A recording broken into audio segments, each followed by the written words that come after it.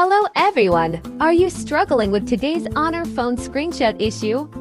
I have a solution for you. Here's a full tutorial on how to fix it. Just follow this simple step. First, go to Play Store and search Android Accessibility Suite and uninstall and reinstall the app. Once installed, the problem is resolved.